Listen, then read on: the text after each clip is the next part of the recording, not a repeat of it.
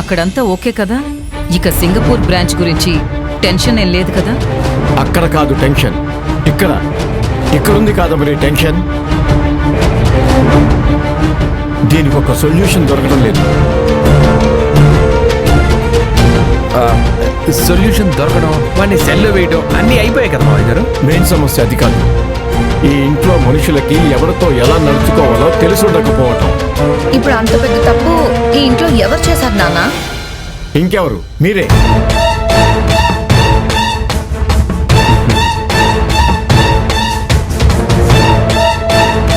కాదంబరి, నీ చిన్న కూతురు బ్రతుకుని భవిష్యత్తుని నిలబెట్టడానికి నీ కోడలు తన ప్రాణాన్ని కూడా పణంగా పెట్టింది.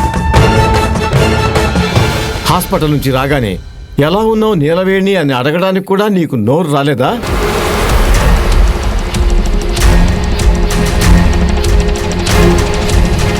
ఎలా ఉన్నావని ఏ మొహం పెట్టుకుని అడగాలండి?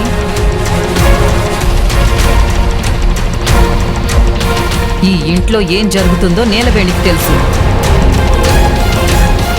ఎలాంటి ప్రమాదం జరగబోతుందో నీలవేణికి తెలుసు. కానీ ఒక్క మాటైనా మనకు చెప్పిందా?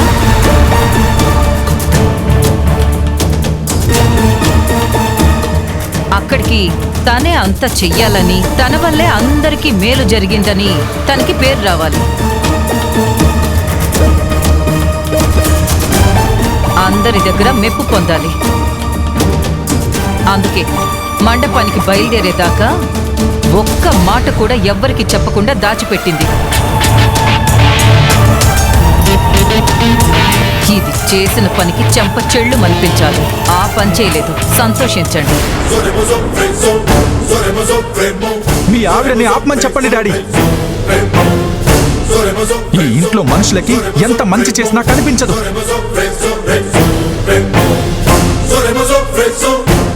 ఎంత బాగు కోరుకున్నా చీ కొడుతూనే ఉంటారు. ఒక్క విషయం చెప్పమని చెప్పండి డాడీ. ఏ రోజైనా నీలవేణి చెప్పే మాట విన్నారా? నీలవేణి మాటకు విలువిచ్చారా? వినకపోగా నీలవేణిని నిందించారు. నీలవేణిని తప్పుపట్టారు. ఇలాంటి వాళ్ళకి నోరు తెరిచి నీలవేణి ఏం చెప్పగలుగుతుంది డాడీ? నా మేనల్లుడు అని నెత్తికెక్కించుకుని నీలవేణి నిజాలు చెప్పినా నమ్మలేదు. కళ్ళు తెరిపించే ప్రయత్నం చేసినా గుర్తించలేదు. ఈ మనుషులు మంచిని ఎలాగో గుర్తించలేరు. కనీసం మనసునైనా బాధ పెట్టొద్దని చెప్పండి డాడీ. పద నీలవేణి.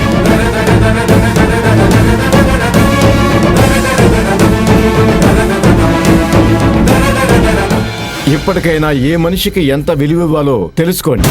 ఎవరి వల్ల ఎంత మంచి జరుగుతుందో గుర్తించే ప్రయత్నం చేయండి. అహంకారంతో కళ్ళు మూసుకుపోయినన్ని రోజులు అసలు నిజాలు కళ్ళకి కనిపించవు.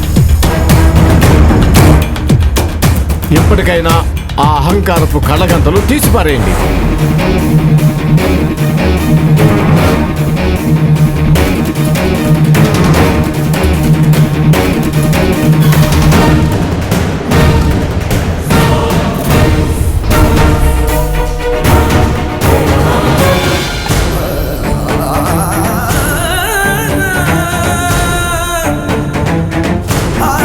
రంజిత్ గారు మీకు కరెక్ట్ కాదు.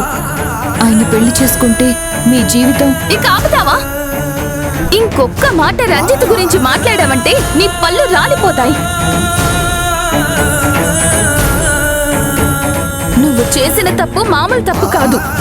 మోకాళ్ళ మీద కూర్చొని రంజిత్ కాళ్ళు పట్టుకొని మరి క్షమాపణ చెప్పు.